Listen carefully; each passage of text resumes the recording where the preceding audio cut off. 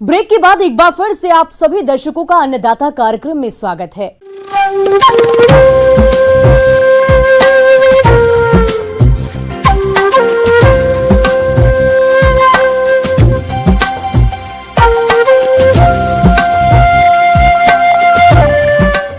मौसम विभाग की रिपोर्ट पर साप्ताहिक कृषि सलाह कुछ इस प्रकार है।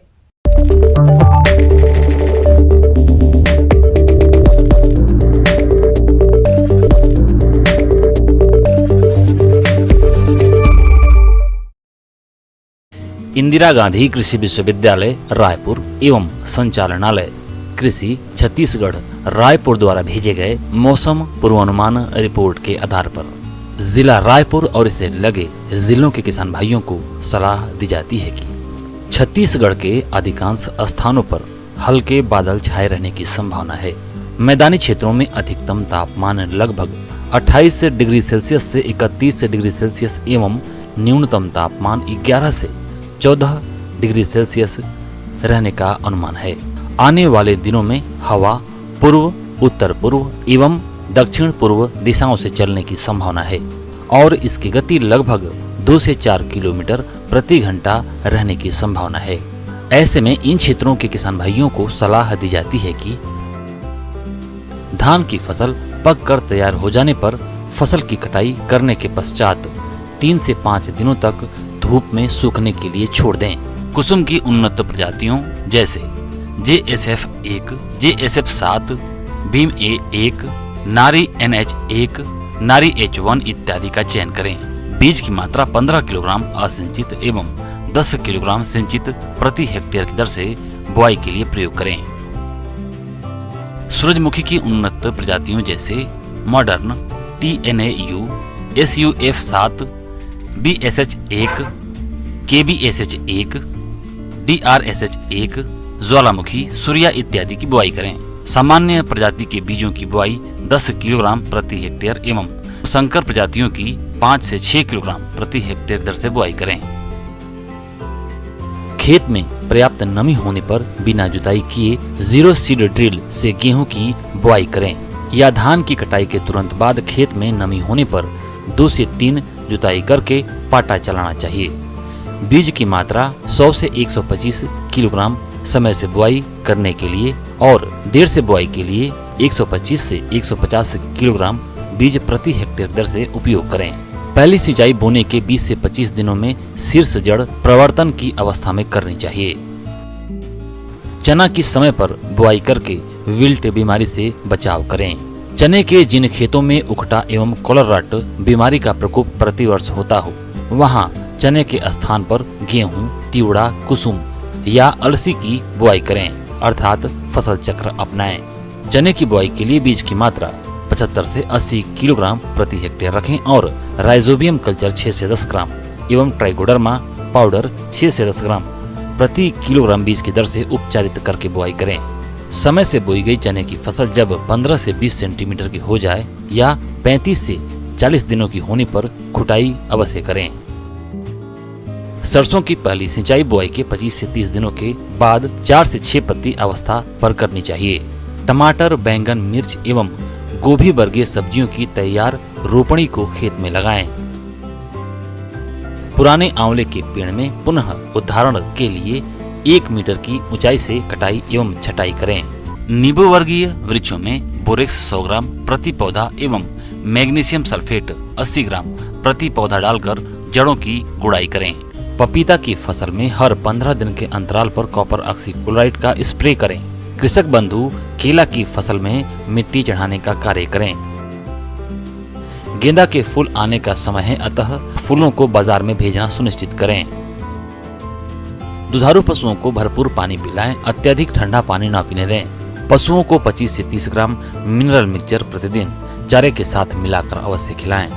दुधारू गायों एवं भैंसों को थनैला रोग से बचाव के लिए पूर्ण दुग्ध दोहन करें एवं दोहन के पश्चात अयन एवं थन को जीवाणुनाशक घोल से धो दें। तापमान में होने वाली गिरावट से होने वाले प्रभाव से बचाव के लिए रात के समय मवेशियों को छत वाले बाड़े में रखें। नवजात बछड़ों, मेमनों आदि को ठंड से बचाने के लिए फर्श पर पैरा का गहरा बिछावन बिछाएं। पशु बाड़े एवं मुर्गियों के घर में यदि खिड़कियां न लगी हों तो ठंडी हवा से बचाव के लिए खिड़कियों पर बोरे लटकाएं। मवेशियों के लिए बरसीम और जई की बुआई करें।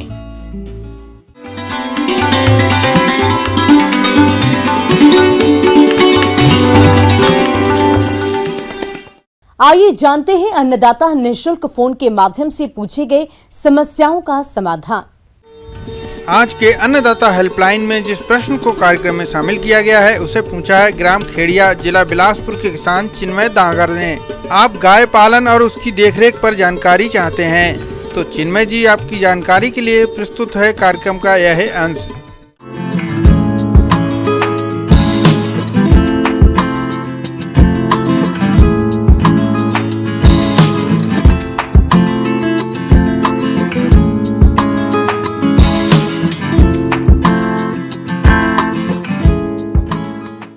दुधारू गाय पालन हमारे किसानों के लिए बहुत ही फायदेमंद व्यवसाय है और ज़्यादातर किसान हमारे ग्रामीण परिवेश में दुधारू नस्ल का गाय पालन करते हैं। दुधारू नस्ल में हम लोग जो देसी नस्ल का भी पालन कर सकते हैं या फिर संकर नस्ल का भी पालन कर सकते हैं। देसी नस्ल में जो मुख्य नस्ल हैं रेड सिंधी, साहिवाल, गिर, थारपारकर, इन नस्लों का पालन कर सकते हैं। इन नस्लों का पालन करने से दूध का जो उत्पादन होता है और जो दूध की जो मांग है इन नस्लों का काफ़ी ज़्यादा है। ज़्यादा दामों में दूध का बिक्री हमारे शहरी क्षेत्रों में ज़्यादा इसका मांग है और ज़्यादा कीमत पे ये बिकता है। साथ ही साथ वैसे किसान जो ज़्यादा मात्रा में दूध उत्पादन चाहते हैं उनके लिए संकर नस्ल और मुख्य रूप से आप जर्सी या हॉल्स्टीन फ्रीजियन गाय का नस्ल का संकरण करा करके संकर नस्ल का पालन कर सकते हैं, जिसमें दूध उत्पादन लगभग 25 से 30 लीटर प्रति गाय भी हो सकती है। तो इस तरह से ज़्यादा नस्ल देने वाली गाय को भी आप पालन कर सकते हैं या फिर देसी नस्ल की गाय भी पालन कर सकते हैं। पशुपालन व डेयरी व्यवसाय में दुधारू पशुओं के दूध देने की क्षमता का बहुत ही महत्वपूर्ण स्थान होता है। इसलिए गाय भैंस की खरीदारी करते समय कुछ विशेष जानकारी होने की जरूरत हो जाती है। अगर आप पशु खरीदने जा रहे हैं तो ध्यान दें, तिकोने आकार की गाय अधिक दुधारू होती है। ऐसी गाय की पहचान के लिए उनके सामने खड़े हो जाएं। इससे गाय का अगला हिस्सा पतला और पिछला हिस्सा चौड़ा दिखाई देगा। शरीर की तुलना में गाय के पैर और मुंह, माथे के बाल छोटे होने चाहिए। दुधारू पशु की चमड़ी चिकनी, पतली और चमकदार होनी चाहिए। आंखें चमकीली, स्पष्ट और दोष रहित होनी चाहिए। आयन पूर्ण, विकसित और बड़े होना चाहिए। दूध दोहन के उपरांत थन को पूरी तरह से सिकुड़ जाना चाहिए। चारों थनों का आकार और आपसी दूरी समान होनी चाहिए। इसके साथ ही साथ जो गाय पालन में सबसे जरूरी चीज़ है वो आहार व्यवस्था है, आवास व्यवस्था है और बीमारियों से बचाव। इसमें आहार व्यवस्था में मुख्य रूप से देखा जाता है कि जो भी हमारे किसान भाई ग्रामीण परिवेश में गाय पालन कर रहे हैं वो संतुलित आहार नहीं देते हैं और गाय में मुख्य रूप से जो समस्याएं आती है जिसमें प्रजनन संबंधी समस्याएं, जो गाय गर्म नहीं होती है, पाल नहीं खा रही है, तो वैसी समस्याएं का मुख्य कारण जो है कि संतुलित आहार में कमी और पौष्टिक आहार में कमी, जिसके कारण ये सब समस्याएं आती है। तो हमारे जो पशुपालक हैं मैं उनको बताना चाहता हूं कि आप संतुलित आहार संतुलित मात्रा में दें। पशुओं को संतुलित आहार देना चाहिए क्योंकि पशु को संतुलित आहार नहीं देने पर पशु की स्वास्थ्य पर विपरीत असर पड़ता है।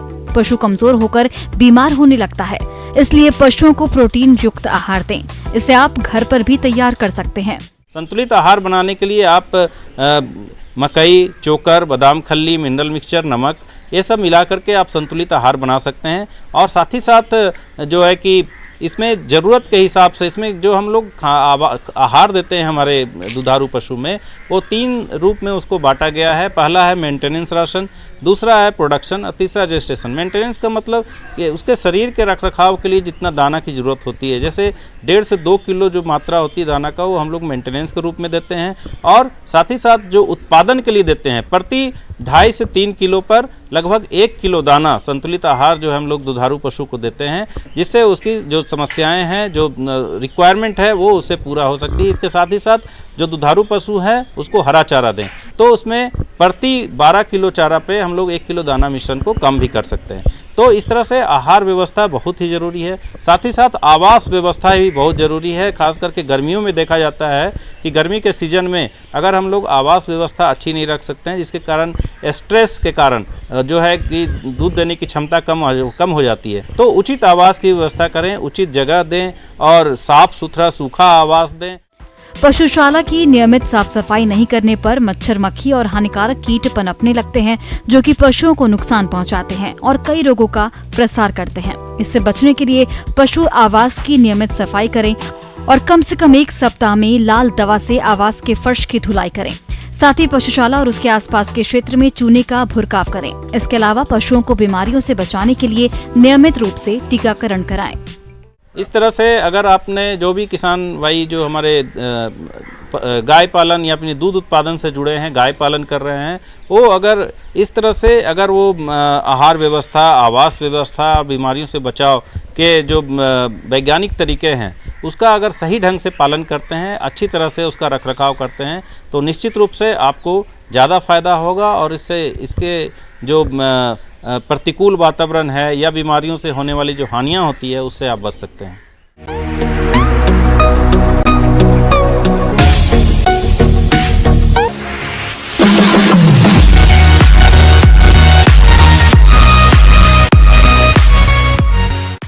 और एक नजर डालते हैं राज्य की कुछ मंडियों के प्रमुख फसलों के बाजार भाव पर।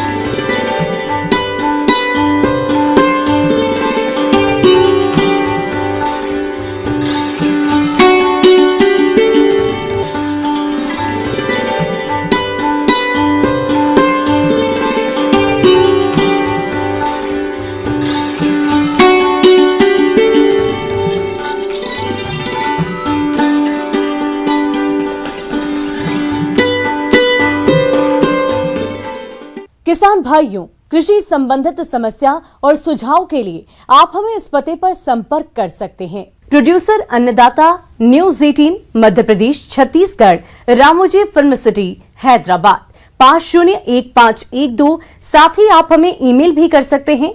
हमारा ईमेल है p18annadatamp@nw18.com। इसके अतिरिक्त आप हमें निःशुल्क हेल्पलाइन नंबर 180088921663 पर सोमवार से लेकर शनिवार सुबह 10 बजे से शाम 4 बजे के बीच संपर्क कर सकते हैं। और अब समय हो रहा है आपसे विदा लेने का। कल फिर होगी मुलाकात कृषि से जुड़ी महत्वपूर्ण जानकारियों के साथ। नमस्कार।